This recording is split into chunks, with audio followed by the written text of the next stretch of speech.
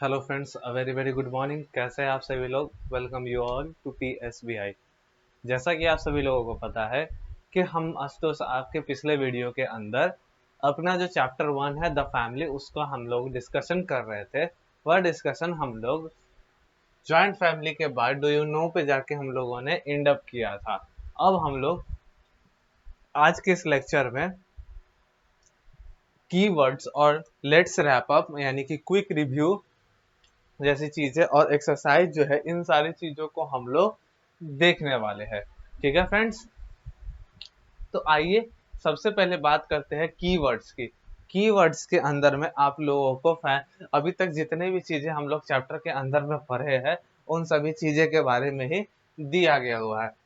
सबसे फर्स्ट जो वर्ड है वह है आपका ज्वाइंट फैमिली। ठीक है, सबसे फर्स्ट जो वर्ड है वो है आपका ज्वाइंट फैमिली। ज्वाइंट फैमिली के बारे में क्या लिखता है दोस्तों कि a family in which grandparents, uncle, aunt and children live together.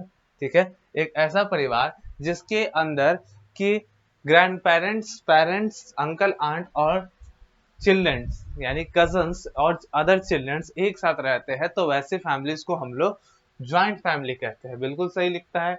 Second जो वर्ड आता है वह है आपका न्यूक्लियर फैमिली। ठीक है, न्यूक्लियर फैमिली क्या होता है? अ family in which only parent and sibling live together. ठीक है, एक ऐसा परिवार जिसके अंदर में केवल और केवल पेरेंट्स और उनके सिबलिंग्स एक साथ रहते हैं, तो वैसे ही परिवार को हम लोग न्यूक्लियर फैमिलीज कहते हैं फ्रेंड्स। ठीक है, वैसे ही फैमिलीज को हम लोग न्यूक्लियर फैमिली कहते हैं।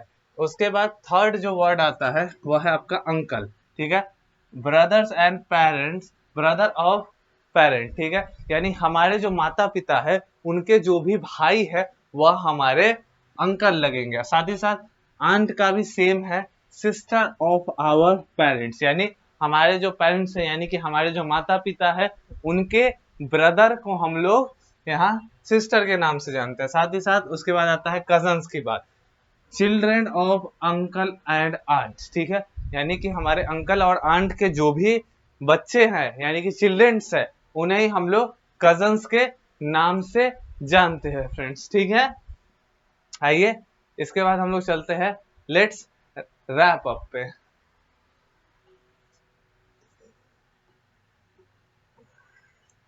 सबसे फर्स्ट पॉइंट आपका यहाँ पे देता है the family can be nuclear और अ ज्वाइंट। ठीक है, यानी कि जो परिवार है वह न्यूक्लियर भी हो सकता है और ज्वाइंट भी हो सकता है, यानी कि एक छोटा परिवार भी हो सकता है या फिर एक बड़ा संगठित परिवार यानी कि एक ज्वाइंट फैमिली भी हो सकती है। ठीक है, उसके बाद लिखता है when we live together with our parents siblings it is called a nuclear family. ठीक है, जब कभी भी हम लोग किसी परिवार के अंदर में फैमिली पेरेंट्स, ठीक है, फैमिली के अंदर में किसी परिवार के फैमिली के अंदर में पेरेंट्स और सिबलिंग को हम लोग देखते हैं एज अ फैमिली मेंबर्स, तो वैसे परिवार का हमें आइडिया लगता है कि वह किस टाइप की फैमिली है, तो वह एक न्यूक्लियर फैमिली का टाइप शो करता है।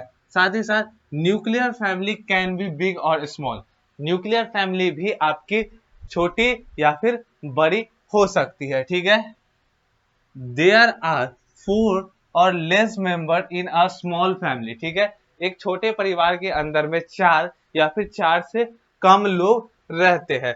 उसके बाद लिखता है there are more than 4 member live in a big family, लेकिन एक बड़े परिवार के अंदर में 4 से ज्यादा जब लोग रहते हैं तो उन्हें ही हम लोग बिग फैमिली के नाम से जानते हैं। ठीक है, a joint family is one where grandparents, uncle, aunt and cousin live together. ठीक है, संगठित परिवार या फिर ज्वाइंट फैमिली एक ऐसा फैमिली का टाइप है जिसके की अंदर में जो ग्रैंड पेरेंट्स, अंकल, आंट और कजन्स जब एक साथ एक ही हाउस के अंदर में रहते हैं तो उन्हें ही हम लोग ज्वाइंट फैमिली कहते हैं। ठीक है, आइए यहाँ पे आपका चैप्टर का जो पार्ट होता है, रीडिंग पार्ट, वो कंप्लीट होता है। हम लोग अब आ गए हैं आपके एक्सरसाइज पे। ठीक है, इसके अंदर में सबसे पहले आपका फिल इन द ब्लैंक्स है। फिल इन द ब्लैंक्स काफी इजी है क्योंकि हम लोगों ने पूरा चैप्टर को ऑलरेडी डिस्कस कर रखा है। तो आइए देखते हैं। फर्स्ट जो कहता है, फर्स्ट जो क्वेश्चन कहता है, parents of our parents are called. हमारे जो पेरेंट्स यानी हमारे माता पिता के जो माता पिता है, यानी हमारे पेरेंट्स के जो पेरेंट्स होंगे वह हमारे क्या होंगे। तो यहाँ ऑप्शंस आपके गिवन है, यहाँ पे आपको देख के ही पता चल रहा है कि यह क्या होगा, ग्रैंड पेरेंट्स।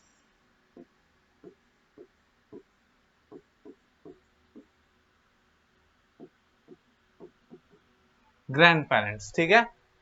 सेकेंड क्वेश्चन कहता है our brother and sister are ours, ठीक है। हमारे जो भाई बहन है वह हम लोगों के क्या लगेंगे, सिबलिंग्स।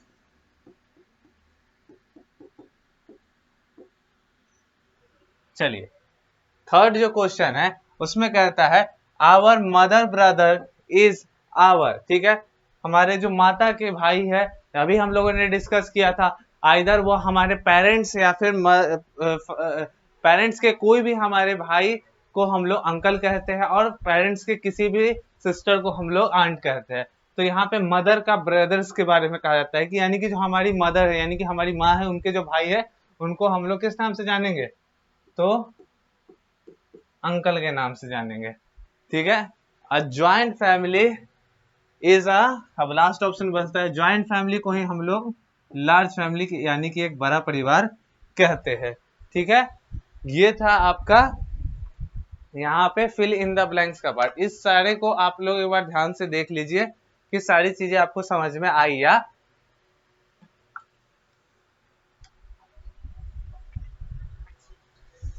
इसके बाद हम लोग देखते हैं बी नंबर क्वेश्चन, जो कि है आपका answer the following question. Answer the following question में जो फर्स्ट क्वेश्चन आपका कहता है what is a nuclear family, ठीक है।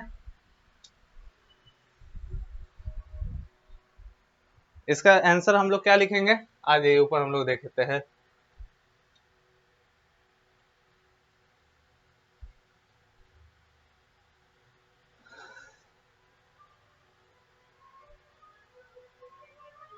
देखिए ये रहा इसका answer, a nuclear family consist of parents and their children, ठीक है।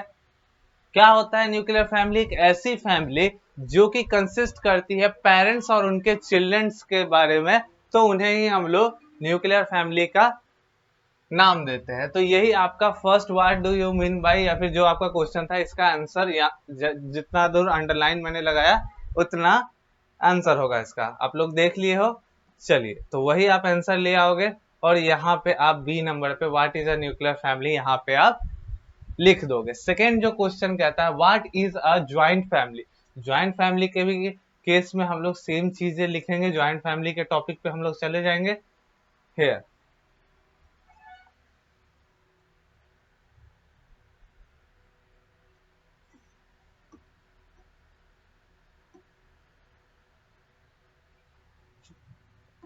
इजी, यहाँ देखिए,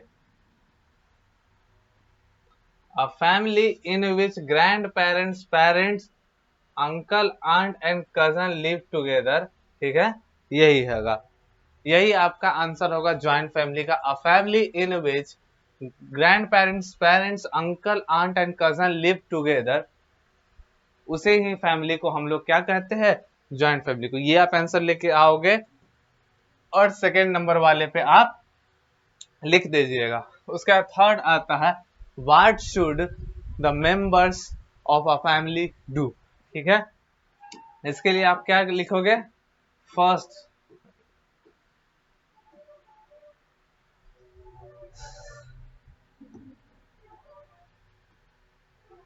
the family members share care and help each other, ठीक है। जो परिवार के लोग होते हैं यही आपका आंसर है, the family members share care and help each other, ठीक है। परिवार के जो सदस्य है वह परिवार के एक दूसरे के साथ चीजें को शेयर करते हैं, एक दूसरे की केयर करते हैं, साथ ही साथ जब भी जरूरत पड़ती है तो एक दूसरे की हेल्प भी करते हैं, ठीक है।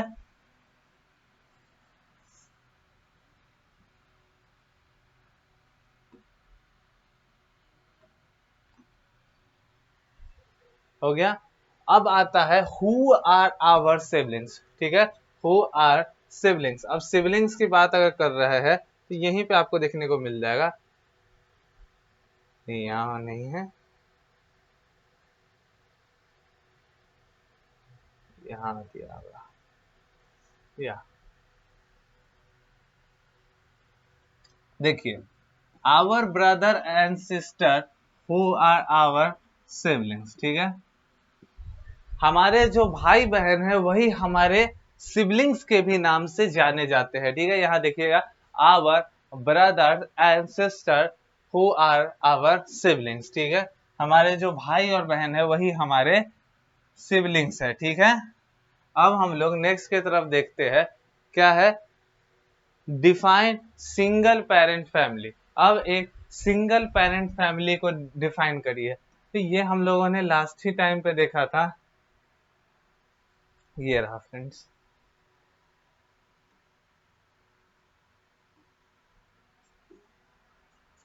A family where a child is brought up by either the father or the mother is called single parent family। एक ऐसा परिवार जिसके के अंदर में जो बच्चा होता है वह या तो अपने फादर के साथ या फिर अपने मदर के साथ पला बड़ा होता है, उसी को हम लोग सिंगल पेरेंट फैमिली कहते हैं, ठीक है फ्रेंड्स। तो यही है सिंगल पेरेंट फैमिली का आंसर। तो यही आप आंसर को है यहाँ से पिक करोगे और यहाँ पे जाके आप फिल अप कर दोगे, यही आपका इसका आंसर हो जाएगा, डिफाइन सिंगल पेरेंट फैमिली का।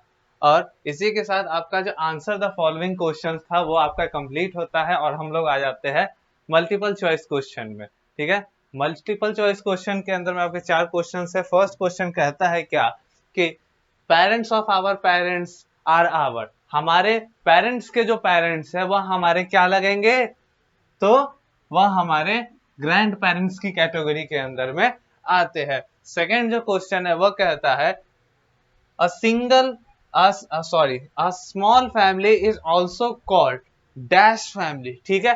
सिंगल फैमिली को स्मॉल फैमिली को हम लोग कौन सी फैमिली के नाम से जानते हैं, उसी फैमिली को हम लोग न्यूक्लियर फैमिली के भी नाम से जानते हैं। थर्ड जो है आपका कहता है our brothers and sisters are our dash, ठीक है। हमारे जो ब्रदर सिस्टर्स हैं उनको हम लोग और किस नाम से जानते हैं, तो वह है हमारे सिबलिंग्स, ठीक है।